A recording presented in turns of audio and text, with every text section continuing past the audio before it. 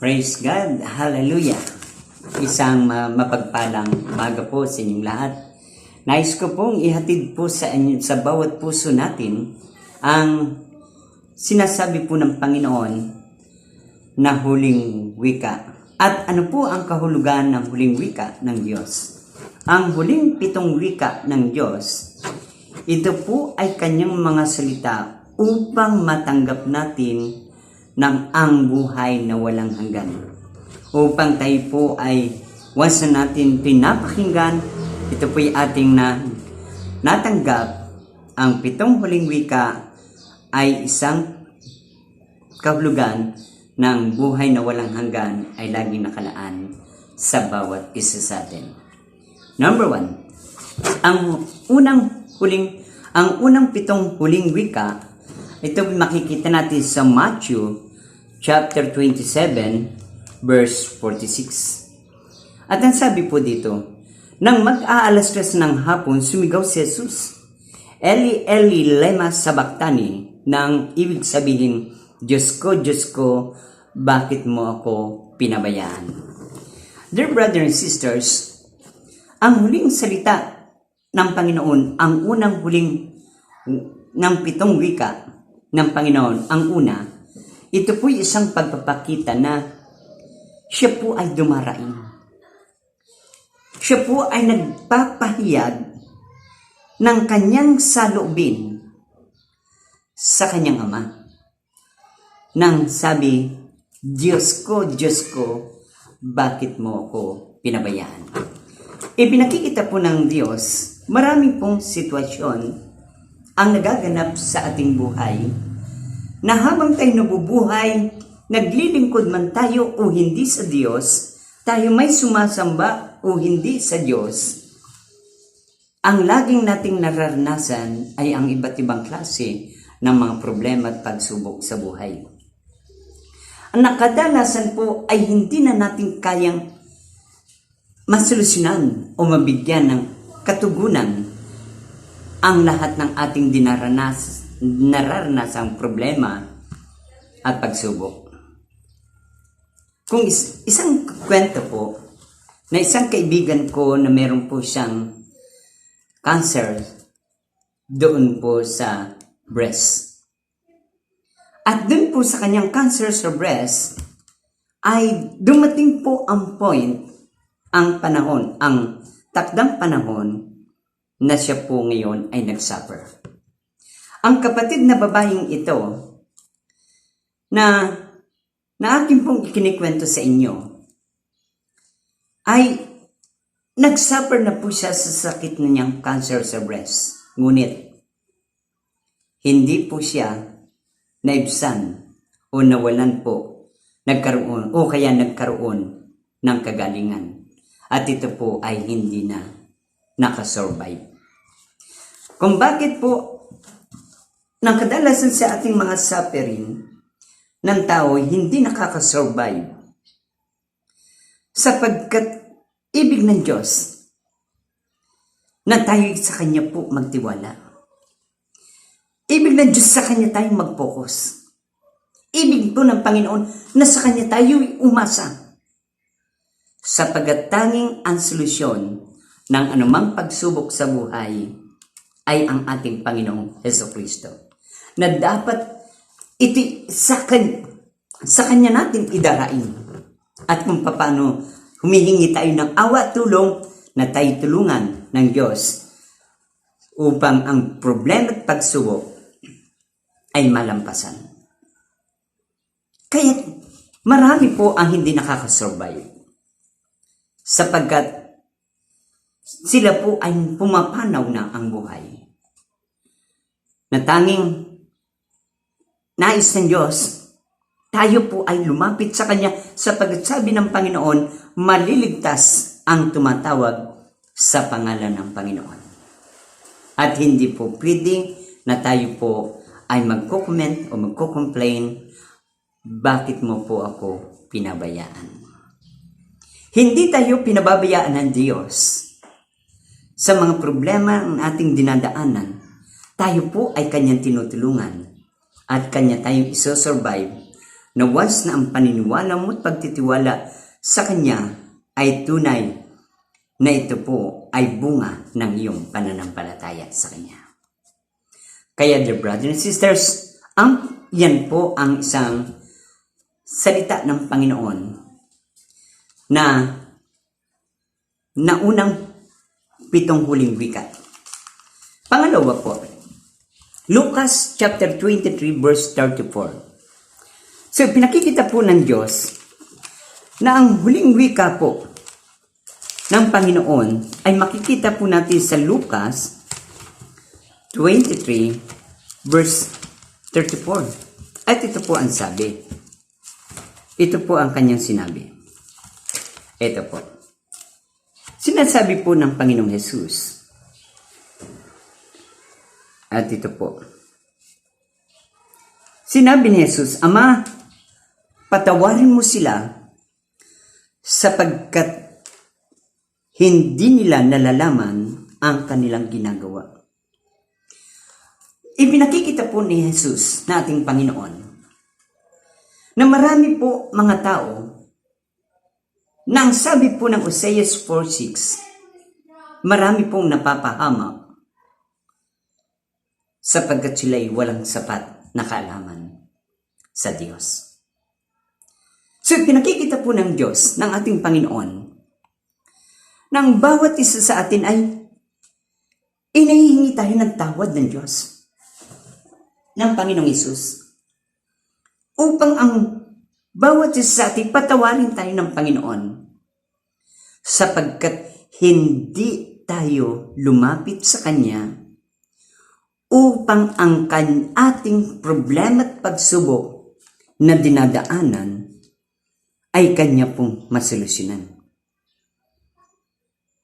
Nagkataon na kung tayo dumadaan ang mga tao sa problema at pagsubok,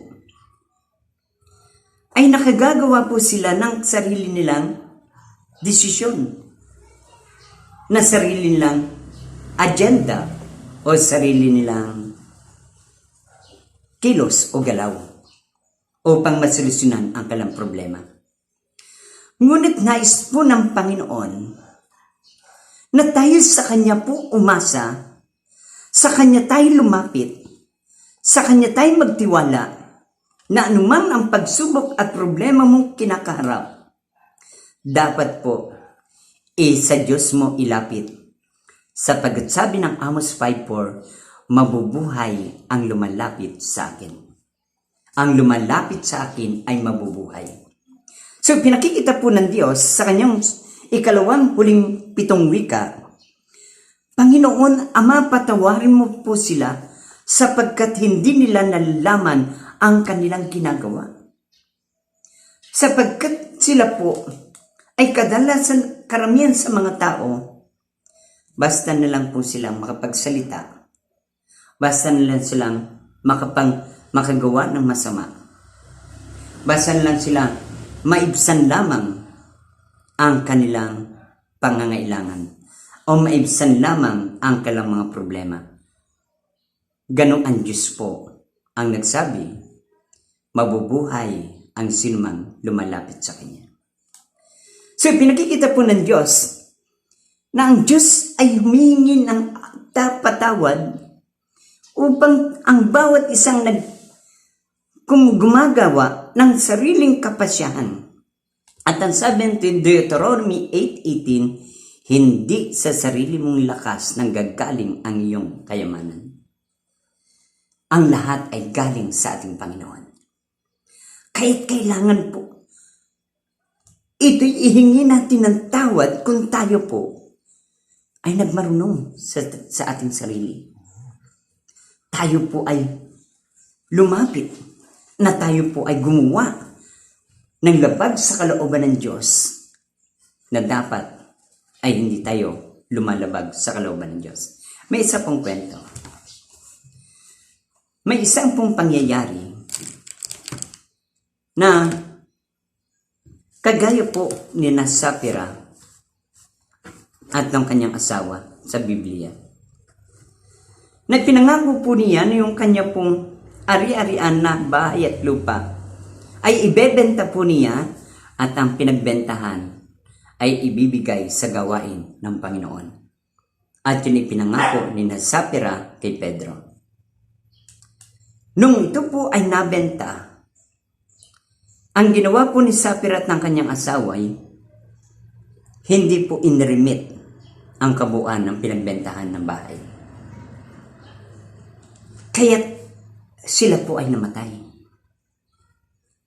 Sapagkat sila po ay nagsisinungaling. Sila po ay hindi po nila tinupad ang kalang pangako. Kaya tayo pong mga mananampalataya ay dapat tayo po'y lahat ng ating sasabihin sa Panginoon o ipinangangako ay ating punto pa rin. Sapagkat ang Diyos po'y napipighati ang ating Panginoong Hesus sa kasalanan ng ating ginagawa, na sana'y mayroong kapatawaran at nawawala ang pagpapatawad ng Diyos dahil mismo tayo po ay nagdidesisyon ng sarili nating nakapasyahan ng hindi po naaayon sa kalooban ng Diyos. Kaya't ang sabi ng Panginoon, Ama ko, patawarin mo sila sapagkat sila hindi nila alam ang kanilang ginagawa. Kaya't anumang pangyayari sa buhay, ikaw man ay inapi, ikaw may hinusgahan, ikaw man ginawa ng masama ng iyong kapwa, patawarin niyo sila.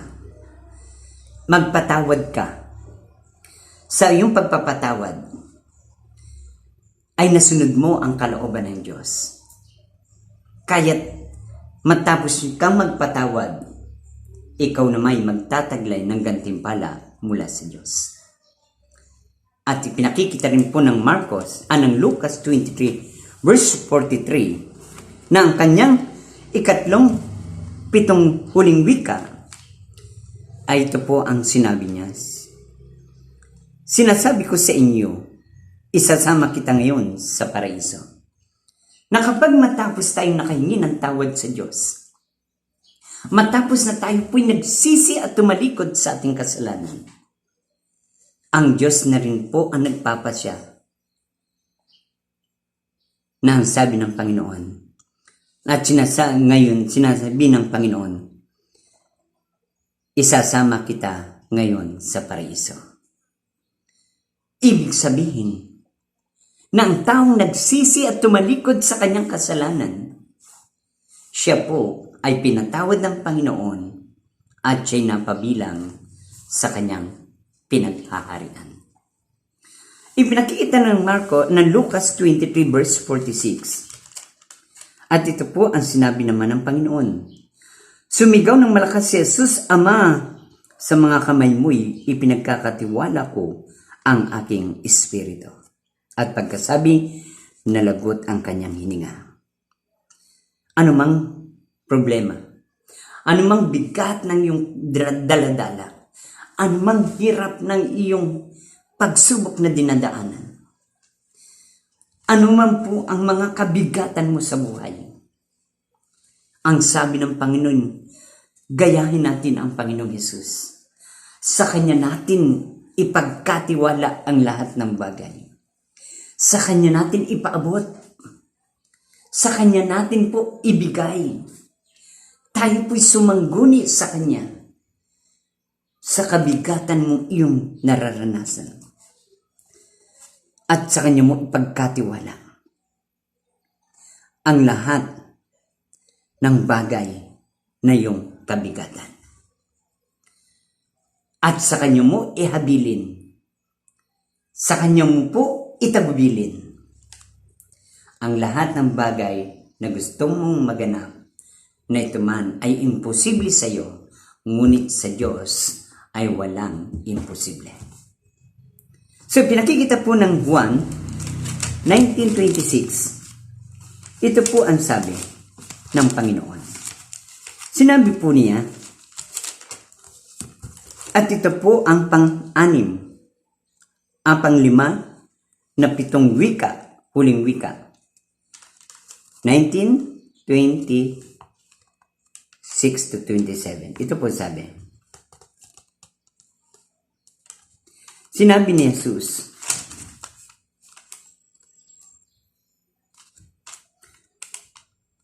ito po ang sinabi ng Panginoon. Nang makikita ni Jesus ang kanyang ina at ang minamahal niyang alagad na nasa tabi nito, sinabi niya, Ginang, narito ang iyong anak. So, pinakikita po ng Diyos, sino po ang ina at kapatid ni Jesus? Ang mga ina at kapatid ni Jesus ang sumusunod sa kalooban ng Diyos. At ano po ang kalooban ng Diyos? Ang kalooban ng Diyos ang patuloy na tayo makagawa ng mabuti sa ating kapwa o sa lahat ng tao. At ikaw ay mag-aani sa mga ginawa mong mabuti. So, pinakikita po ng Diyos na ang bawat isa sa atin ay in-encourage po ng Panginoon na tayo po ay sa Kanyang lumapit at sa Kanya po ipaabot na sinasabi po dito sa Biblia na sino po ang ina at mga kapatid ni Jesus. Ang mga taong sa Diyos ay lubos na nagtitiwala at sumusunod sa kanyang kalooban. Ibinakikita po ng 119 verse 28, ito po ang pang-anim na huling wika ng Panginoon. At sinabi niya, nauuhaw ako. Marami po ang hindi po nauuhaw ang Panginoon sa mga bagay na kagaya na po ng tubig. Ang kanyang kinauuhawan po ay yung mga taong nasa gitna pa po ng kadiliman. Mga tao pong nasa sadla pa doon sa sitwasyon na sila po'y naaalipin na ng kaaway. Sila po ay gustong-gusto ng Panginoon na sila po ay akayin papalapit sa Kanya upang sila po ay uminom ng tubig na nagbibigay ng buhay. Sapagkat ang Diyos po ay nauuhaw sa mga taong dapat ay sumusunod na sa kalooban ng Diyos patungo sa kaliwanagan na si Jesucristo ang iyong great provider, ang iyong gabay at patnubay araw-araw, ang ating Panginoong Jesus. Kahit siya po'y uhaw na uhaw. Gustong-gusto niya pong malasap. Gustong-gusto po niya na makapiling ang mga taong nang kung matututo lamang po na sumunod sa kanyang kalooban. Disin sana po ay hindi sila napahamak. Gusto ng Panginoon na walang mapahamak sa atin. Gusto ng Panginoon na ang bawat isa sa atin ay Kanya pong napapamahalaan. At Kanya po itong nabibigyan ng magandang buhay, isang buhay na ganap at kasiyasiya. Kaya't sabi po niya, ako'y nauuhaw. Ipinakikita po ng John chapter 19 verse 30, at ito po ang sinasabi ng Panginoon.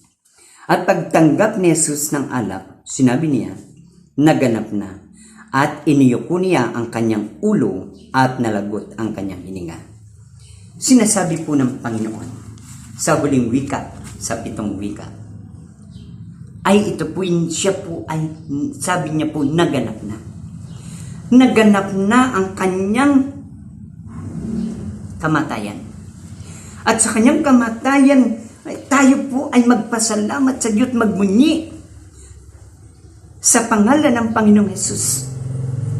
Sapagkat siya po ay namatay sa krus, daladala niya po ang lahat ng bigat ng tao, ang lahat ng kasalanan pinasa na po ng Panginoon upang tayong lahat ay mabuhay dito sa lupa na taglay ang kagalakan at kapayapaan sa ating buhay at pamumuhay. So, pinakikita po ng Panginoon na naganap na ang lahat ng mananampalataya sa Diyos, sa ating Panginoong Hesus, ay ibinigay na ang mga pangako, ang kanyang mga salita, upang ito'y panghawakan, upang anuman ang problema mo at pagsubok na dinadaanan, ay ikaw po ay doon kakapit, doon ka sa kanya aasa, sapagkat ang Diyos ay Spirit.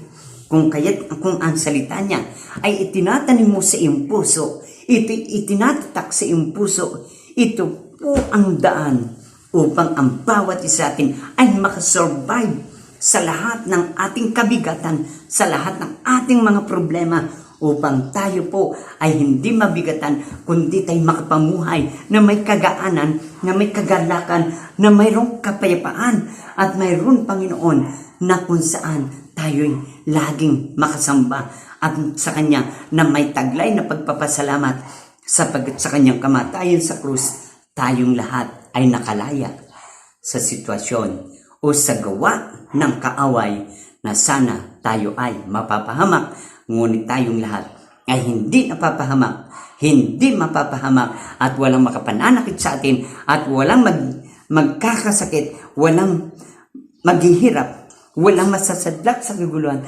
dahil ang ating Panginoong Hesus, ang siyang sa atin ay pumapatnubay, gumagabay, ngayon at magpakailanman, sapagkat doon naganap ang kanyang sinabi sa Hebreo 13:5, hindi ko kayo iiwan, hindi ko kayo pababayaan, sapagkat siya po ay Spirit, at kung ang Diyos ay hindi niya tayo iiwan, hindi niya tayo pababayaan, siya pa rin ang Diyos noon, ngayon at magpakilanman. Anuman ang iyong problema, pagsubok sa buhay, nakakaharapin, ikaw ay manalangin sa Kanya, ikaw ay lumapit sa Kanya, sapagkat ang sabi ng Panginoon, ako'y sumasa iyo, tutulungan kita, iingatan kita, ililigtas kita, palalakasin kita. At sapagkat ang Diyos ang nagsabi, nang sabi po niya, kung dumating ang mga pagsubok mo sa buhay, doon ay bibigyan kita ng lakas upang ito'y mapagtagumpayan. Napakabuti ng Panginoong Hesukristo. Napakabuti ng ating Ama, sapagkat siya po ay nag-iwan sa atin ng 7 wika, 7 huling wika ng siya po'y mamamatay sa krus. Ang lahat ng bagay na kung iti ating pangahawakan, ito ang magiging susi na naman ang bigat ng iyong daladala sa buhay. Habang kinabubuhay, iti panghawakan mo, sapagkat naniniwala ako na ito ay susi upang ikaw ay magtagumpay. Ikaw ay kanyang pagpalain, ikaw ay kanyang ingatan, ikaw ay kanyang gabayan, ikaw ay kanyang tulungan, sapagkat ang Diyos ay sobrang mahabagin, sobrang maawain, sobrang mapagmahal. Ang Diyos na ating Panginoong Hesus, sobrang mapagkalinga. Siya ay walang katulad na Diyos. Siya'y nahahabag sa mga taong may puso na kung saan siya ang laman ng kanilang mga puso. Kaya dear brothers and sisters, ang 7 wika ay pinapahayag ng Panginoon upang ang bawat isa sa atin ay magkaroon ng buhay na walang hanggan.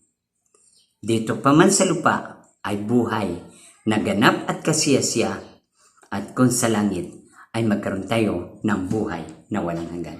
Kaya dear brothers and sisters, huwag magsasawa na ang Diyos ay lapitan kahit siya'y di nakikita.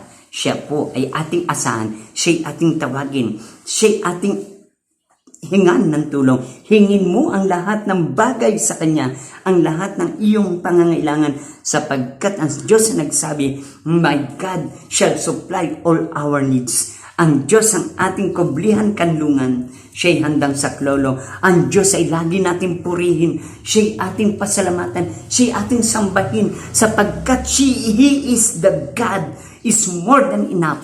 Siya ang Diyos, He shall supply to all our needs. Hindi kita iiwan, hindi kita pababayaan.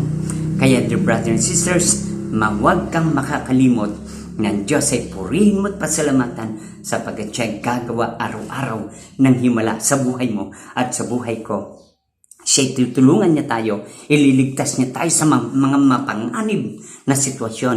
Tayo kanya pong iingatan, ililigtas. At ang sabi ng Panginoon, huwag kang matakot sapagkat ako'y kasama mo hanggang sa wakas ng panahon. Kaya dear brothers and sisters, ang Diyos ay napakabuti. Wala tayong ibang gagawin. Tayo po ay laging manalangin. Amang banal, Diyos naming makapangyarihan, iunat mo ang iyong kamay sa aming lahat, maging sa nanunood sa akin ngayon. Siya inyo pong tulungan. Sila po inyong i-covering ng banal niyong dugo bilang protection sa lahat ng mga problema o gawa ng kaaway. Sila po'y bigyan mo ng kalayaan. Sila po'y bigyan mo ng kaligtasan. Sila po'y bigyan mo po ng kaginhawaan upang ang pamumuhay nila na habang sila nabubuhay, ikaw ang kalang maparangalan, ikaw ang kalang maitaas, ikaw ang kalang mapasalamatan, sa iyo makapag-focus sila. O aming Ama, Diyos naming Ama, na makapangyarihan sa pangalan ni Jesus, nananalig ako at sumasampalataya na kami po ay ligtas. Ako at ang aming mga pamilya ay ligtas. Kami po ay lubos na mapapagpala. Ako at ang aming mga pamilya na ngayon ay nanunood sa amin. Nanunood sa akin. O Diyos, aming Ama, i-covering mo po ang aming mga pamilya ng banal yung dugo bilang protection. Manatili sa iyo ang aming pamilya, ang aming asawa at mga anak, manugang at apo, magulang at kapatid namin. Ang aming mga anak ay manatiling nasa covering ng inyong banal na dugo at nasa inyong patnubay ng inyong kapangyarihan upang kami ay tuloy-tuloy na makapaglingkod sa iyo, makapagbigay parangal sa iyo. Aming Ama, salamat po sapagkat you are the great provider. You are God is the great my protection and guidance habang kami nabubuhay sapagkat kayo ng Diyos noon, ngayon at magpakilanman ay nagsabi sa akin ay walang mahirap na bagay. Maraming po salamat Panginoon sa pangalan ni Jesus. Amen.